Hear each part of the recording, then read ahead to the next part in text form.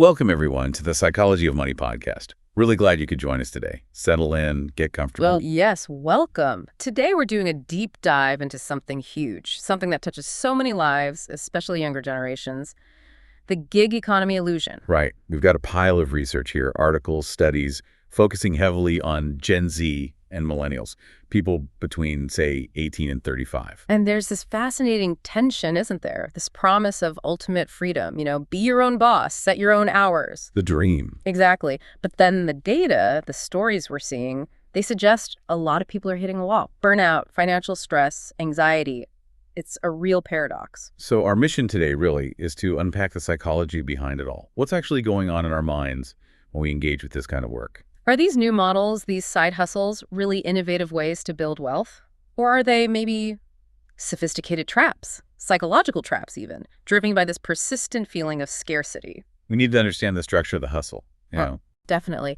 And to make this real, let's start with someone, let's call her Chloe. She's a perfect example, a Gen Z entrepreneur building her freelance business. Okay, Chloe, what's her situation? Picture this. She's staring at her inbox. There's an email from a potential client. They love her proposal for a big project, which is great news, right? Sounds good so far. But then there's always a but, isn't there? They're asking for a 20% discount. The classic squeeze. So it's polite, but it puts her in a tough spot. Exactly. It triggers this intense negotiation, but it's all happening inside her head. It's like this 2 a.m. debate with herself. Right, because on one side, she knows her value, she's talented, she put the work in, she theoretically has the autonomy, she's the CEO. She can just say no. That's the empowerment narrative. But then there's the other side, the immediate, very real pressure. The bills. The bills, looming deadlines. If she says no, that income disappears. Poof. And maybe she was counting on it for rent or that car payment. But if she says yes and takes the 20% cut. Then she's basically working, an extra day for free, pushing herself closer to burnout, knowing she's undervaluing her time, feeding that feeling of being trapped. And it's tied to that bank balance, isn't it? It might not be zero, but it feels fragile. That's the perfect word. Fragile, conditional, like as the source material put it, a thin sheet of ice over deep, cold water. One unexpected expense, a vet bill, a laptop dying in crack, the ice breaks. That feeling, that conditional freedom, where you're only free as long as you keep running faster and faster on the hamster wheel, that's the core tension we're exploring. Self-determination versus scarcity.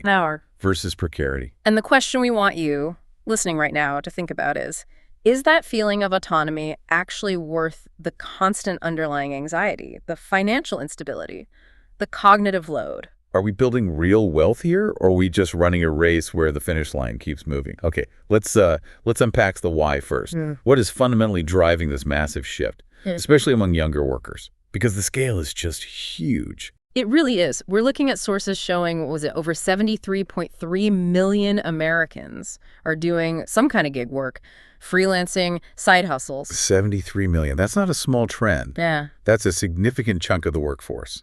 Exactly. And it's really concentrated in that 18 to 35 age group, Gen Z and millennials. The participation rate's like there. Get this, nearly 2/3. 66% of that group either have a side hustle right now or are actively planning to start one soon. Wow, 2/3. And most of them, 65%, plan to keep doing it into 2025. So this isn't just a temporary thing or just about scraping by. It feels more like a fundamental realignment of how they think about work. That's a key point. Because when you look at why they're doing it, yes, money's a factor, obviously. Of course. But it's not always number one. What stood out in the motivations? Autonomy. Being your own boss. That came out on top. 49%, almost half, cited that as the main reason. Okay. And right behind that, 42% said it was about following their passions, doing work that actually means something to them. So it's a very conscious move away from the old model, right? The traditional career path. Absolutely. It's a mindset shift. You see, Gen Z, younger millennials, they're explicitly saying they value flexibility, creativity, self-direction. Things they often don't find in standard corporate jobs. They're trying to escape something too, aren't they? The sources mentioned corporate exhaustion. That phrase came up, yeah. They see traditional employment as, rigid, hierarchical, often low wages for the hours you put in. And this feeling of the chaos of working under others in the office world. Chaos. Interesting. Not stability. Apparently not for everyone. We saw anecdotes like one person saying, working long hours at the bank left me no time to create content. For them, That creative time, that self-expression, it's not a luxury. It's essential. And the 9 to 5 felt like it was stealing that. So the gig economy promises that control back. High levels of self-direction. How does that actually work day to day? Give us some examples. Well, it's about making choices constantly. Take Maya, the food deliverer mentioned in the sources. She doesn't just blindly accept orders. She sets weekly goals. And importantly, she prioritizes offers based on who tips well or which areas are likely to have higher paying deliveries. She's actively managing her income stream, optimizing it. Okay, so she's being strategic within the system. Exactly. And for creative gigs, graphic design, writing, transcription, it's even more direct. The sources say workers often negotiate the scope, the timeline, the complexity before starting. So you agree on the terms up front, unlike a salary job where extra work might just get piled on. Precisely. That upfront control feels very different psychologically. It feels empowering, at least initially. And we should also acknowledge, this flexibility isn't always just about passion projects or escaping the office. Sometimes it's just necessary, right? Absolutely. For some people, traditional work just isn't feasible. The sources mention Gen Z redefining the hustle to, quote, make work-life balance work for them. How so? We saw the example of a personal assistant working through a platform. She had complex family responsibilities, caring for people in different countries even. Wow, okay. A standard 9 to 5 fixed location job. Impossible for her. Gig work was literally the only way she could earn an income and meet those obligations. It provided the essential flexibility. That makes sense. But here's where I want to push back a bit. If the escape from corporate life is so central, why did one study find that most participants, 22 out of 29, still had a traditional job? Yes. That's the crucial caveat, isn't it? It seems like hedging their bets. They want the freedom, but they still need the stability, the paycheck, the benefits from the old system. That's exactly what the data suggests. For many, maybe even most, gig work isn't their sole income. It functions as a hybrid or supplementary role. So the main job provides the safety net. Right. The regular salary, the health insurance, maybe a 401k. That external stability is what allows them to experience the perceived autonomy of the side hustle. It lets them be choosier about gigs, maybe turn down that 20% discount Chloe was facing. So the traditional system is effectively subsidizing the freedom of the new system. In many cases, yes. And that reliance highlights the inherent precarity. If that main job disappears, the side hustle often isn't enough to cover everything. Which brings us right to the darker side of this, the psychological toll. Okay, this is where it gets, well, really complex and frankly quite concerning. If the dream is freedom, escaping corporate exhaustion, why are we seeing such high rates of burnout, stress, and anxiety in this exact group? It boils down to the financial uncertainty. That's the elephant in the room. The very nature of most gig work, the unpredictable income, the fluctuating hours, the feast or famine cycles, it takes a huge psychological toll. And the data backs this up. Strongly. Our sources consistently show gig workers reporting higher stress levels than the general employed population. And this stress isn't just feeling frazzled, it's linked to serious mental health outcomes. Depression, anxiety disorders. And we can actually pinpoint why traditional employees tend to fare better mentally. Yes, there was a significant finding on that. When comparing full-time employees to gig workers, the mental health advantage of the employees was largely explained by two key things. Okay, what are they? Lower financial precarity, worrying less about money, basically accounted for 28% of the difference. Almost a third. And the second factor was lower rates of loneliness, which accounted for a massive 39% of the advantage. Wow, loneliness. Nearly 40%. So it's not just the money stress, it's the isolation of working alone, perhaps. It seems so. You're often working solo, managed by an app, without the camaraderie or support system of a traditional workplace. Combine that with the constant financial worry. It's a recipe for poor mental health, and the stats on financial stress generally are stark 70% of Americans feeling it. And Gen Z reporting the highest burnout rates. It fits the pattern. It does. And this constant grinding stress, that feeling of walking a financial tightrope, it triggers something specific in the brain, the scarcity mindset. Okay, explain that. What does scarcity do to our thinking? It's a concept from behavioral science. When you feel a severe lack of a resource, usually money, but it could be time, your brain shifts gears. It becomes hyper-focused on the immediate problem, the urgent need. How do I make rent this week? How do I cover this unexpected bill right now? So it's like tunnel vision. Good for immediate survival, maybe. Exactly. It's highly effective for putting out fires, but the cost is huge. It absolutely tanks your ability to think long-term, to plan strategically. So the part of your brain needed to figure out, say, retirement planning or investing or upskilling for a better future, it just doesn't have the bandwidth. Precisely. The research is fascinating and alarming. Experiencing this kind of financial stress literally reduces your cognitive capacity. The sources compared it to losing about 13 IQ points. 13 IQ points. That sounds significant. It is. Think about your brain's processing power, like RAM on a computer. Scarcity forces it to run all these background programs, constantly worrying, calculating, juggling bills. There's just less processing power left for complex decision-making, strategic thinking, even impulse control. What does that look like in practice for a gig worker? How does losing 13 IQ points affect their financial choices? It means maybe missing deadlines because you're so distracted by worry. It could mean taking a high-interest payday loan because you feel you don't have the time or mental energy to research better options. Or underpricing your work like Chloe was tempted to do. Yes. Needing the cash now overrides the long-term strategy of maintaining your rates. The very stress created by the gig economy's instability impairs your ability to make the smart wealth-building decisions that could help you escape that instability. It's a vicious cycle. The promise of autonomy undermined by the erosion of the cognitive ability needed to actually use that autonomy wisely. It truly is. And layered on top of this cognitive burden is another mechanism, something the platforms are very good at exploiting: the dopamine addiction cycle. Ah, right. This explains why people get hooked, right?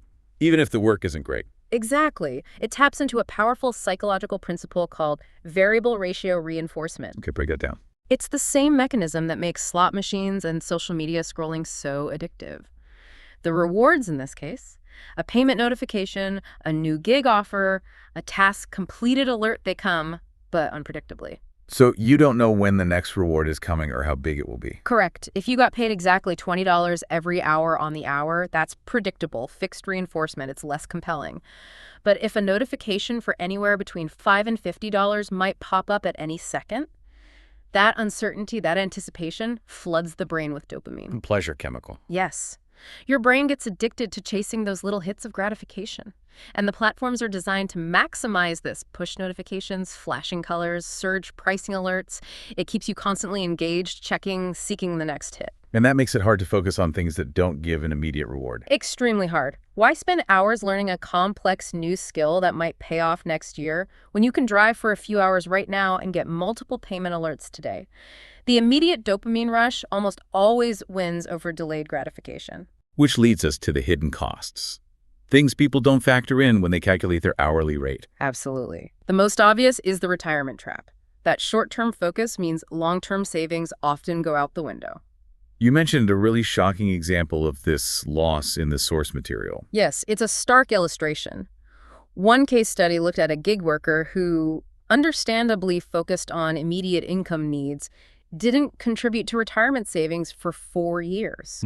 Missed out on potential employer matches if they'd had a traditional job, and just missed out on putting money away generally. And the cost of that over time. Using a standard conservative market return estimate, that 4-year gap resulted in a projected loss of around $180,000 in potential compound growth by the time they reached retirement age. $180,000 just from 4 years of not saving because the immediate pressure was too high. It's the magic, or the tyranny, of compound interest.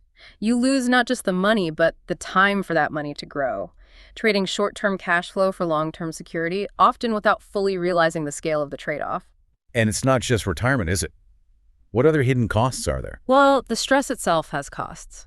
Higher likelihood of needing therapy or medication, physical health problems exacerbated by chronic stress, cardiovascular issues, digestive problems, strained relationships due to financial tension or long, unpredictable hours.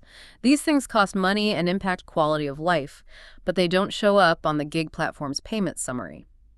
And if we zoom out, these psychological struggles, the scarcity, the dopamine chasing, they aren't happening in a vacuum. They're deeply intertwined with how these gig platforms are actually structured and managed. Right. This is the control paradox you mentioned. Workers feel like they have freedom, but there's another layer of control operating. A very powerful layer. The sources call it dehumanized monitoring and control, characteristic of algorithmic management. Algorithmic management. So your boss isn't a person, it's software. Essentially, yes. It's a complex system, an algorithm, that tracks virtually everything you do as a worker in real time. Your speed, your location, customer ratings, how quickly you accept offers, how often you cancel. Every data point is collected and analyzed. And the goal of this algorithm? To maximize the platform's efficiency and profit, often by subtly steering worker behavior. How does it do that? What are the mechanisms? It's often quite subtle but effective. They might gradually lower the base pay for certain tasks as more workers join the platform. They use surge pricing to get drivers on the road when needed, but can also increase service expectations without increasing pay. And the rating systems play a big role. Huge. A low rating can drastically reduce the number or quality of offers you receive. This creates pressure to accept jobs you might otherwise decline, low-paying ones, difficult ones, just to maintain your rating and keep access to the work. It's a form of control through consequences. It sounds like constant surveillance, but without any human interaction. That's a good way to put it. We saw an example from Dane, a ride-sharing driver. He explained how the system tracks his acceptance and cancellation rates constantly. If he cancels too many rides, he doesn't get a call from a manager. Well, that He gets an automated email alert. It's impersonal, immediate, and reinforces the rules without needing a human supervisor. It's efficient for the platform, but can feel very controlling and, well, dehumanizing for the worker. What about when things go wrong that are outside the worker's control, like traffic? That's where the system's lack of nuance really bites. Walker, another driver in the sources, talked about the rigid flexibility. Rigid flexibility. That sounds like an oxymoron. It is.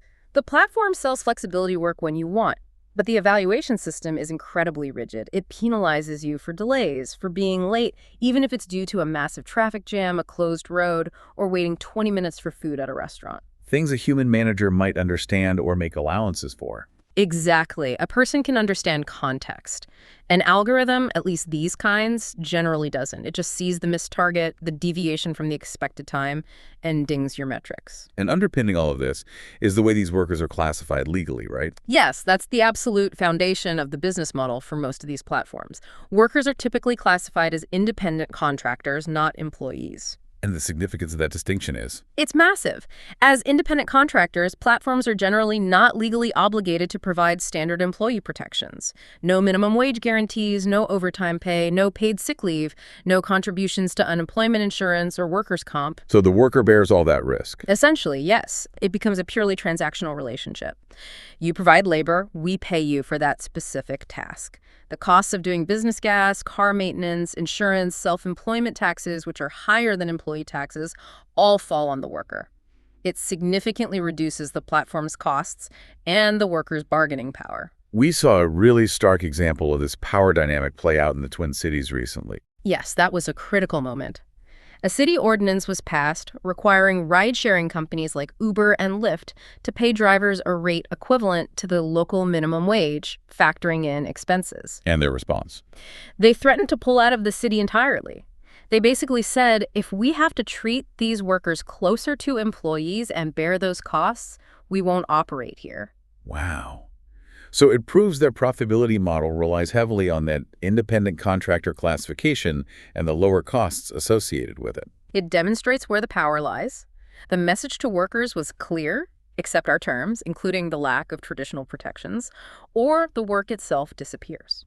That's a tough position for workers. Have they pushed back against this? They have. Understandably, many workers see this accumulation of platform power as unfair. It's led to various forms of resistance. The sources mentioned algo activism. What's that? It's a fascinating term. It refers to workers finding ways to collectively counter or game the algorithm. Like what? Things like coordinating mass log-offs during busy times to try and trigger surge pricing artificially, or sharing information secretly through encrypted chats or forums about which platforms are glitching, which areas have high tips, or how to navigate the rating system. So trying to use collective action and information sharing to level the playing field a bit against the opaque algorithm. Exactly. It's grassroots resistance against a digital system. But the fundamental challenge remains. The platforms still hold most of the cards, the data, the control over who sees which offers, the payment systems. Individual workers, even collectively, often struggle against that centralized power without stronger institutional or regulatory support. Okay, so we've painted a picture that's, well, pretty complex.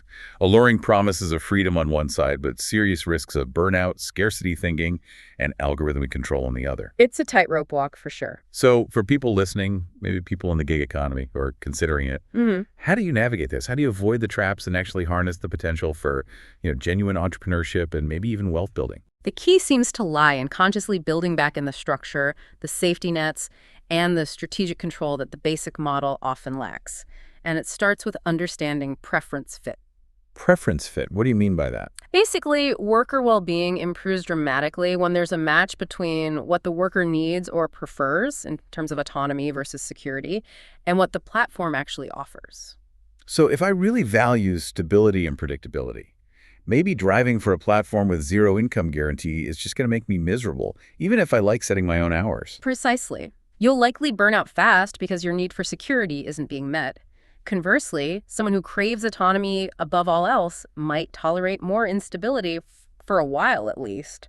Are there platforms or models that do offer a better balance? Yes, the research pointed to some ideal examples, sometimes called Zeta companies.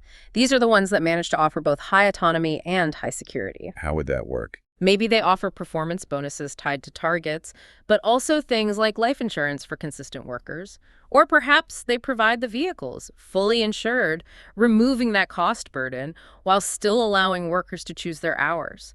It's about finding that hybrid sweet spot. A safety net with flexibility. Exactly. That combination seems crucial for mitigating the scarcity mindset and fostering genuine well-being. Okay, but what about the millions working on platforms that don't offer that? The standard model.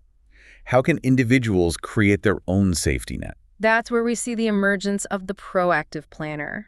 This is the individual who adopts a truly entrepreneurial mindset within the gig economy. They recognize the risks are externalized onto them, so they take deliberate steps to manage that risk themselves. They don't just spend everything they earn. Right. They use the potentially higher short-term earnings of gig work strategically to build their own protection against precarity. There was that example of the 40-year-old worker. Yes. He explicitly said he enjoyed the freedom, but knew he needed support. So what did he do? He said, I started a savings fund for when I have to fix the motorcycle for health problems and everything. So he's essentially paying himself benefits, calculating the true cost of his labor? He is. He's acting like his own HR and finance department. He understands that if a traditional employer might allocate, say, 30% on top of salary for benefits, taxes, and overhead, he needs to mentally and actually set aside a similar percentage of his gig income. For self-employment taxes, which are higher. Definitely. For potential health costs, for vehicle maintenance or equipment replacement, for retirement, for slow periods. He's building his own buffer against volatility. That requires discipline. What tools are these proactive planners using to manage the unpredictable income? Technology helps here.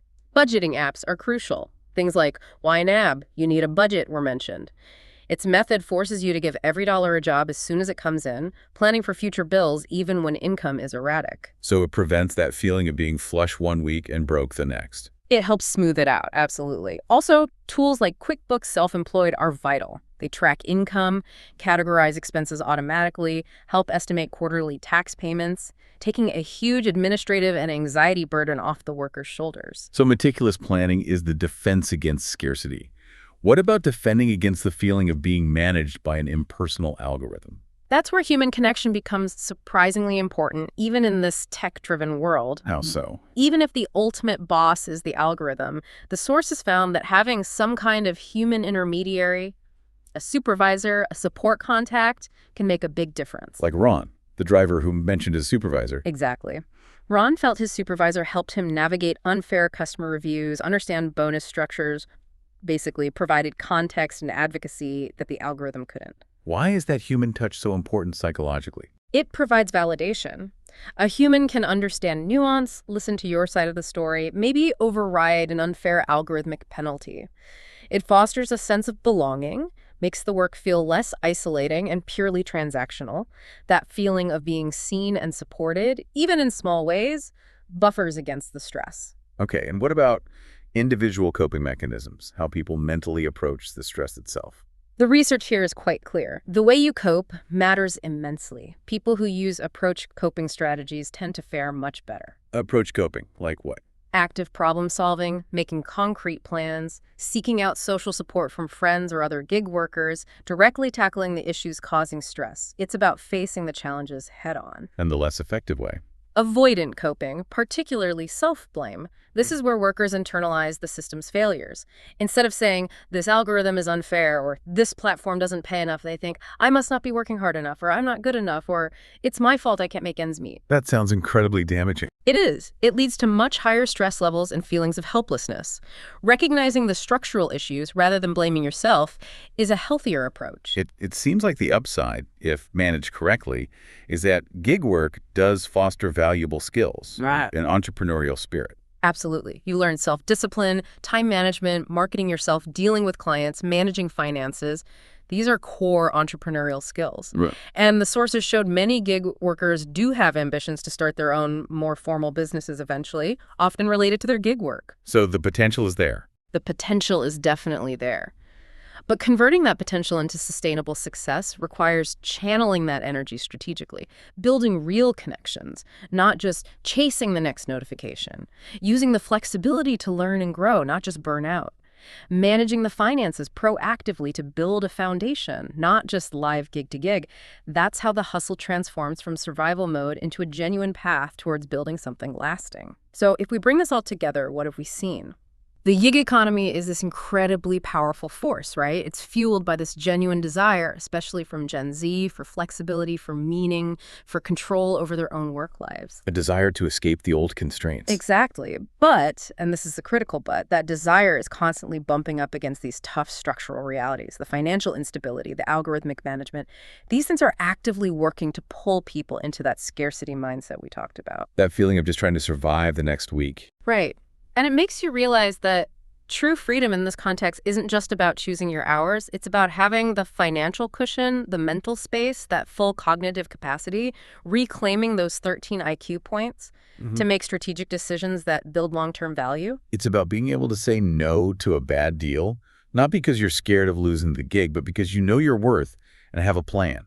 Saying no from a place of self-worth, not fear. Precisely. And that brings us to our final thought for you, the listener, to chew on this week. We've talked a lot about this trade-off.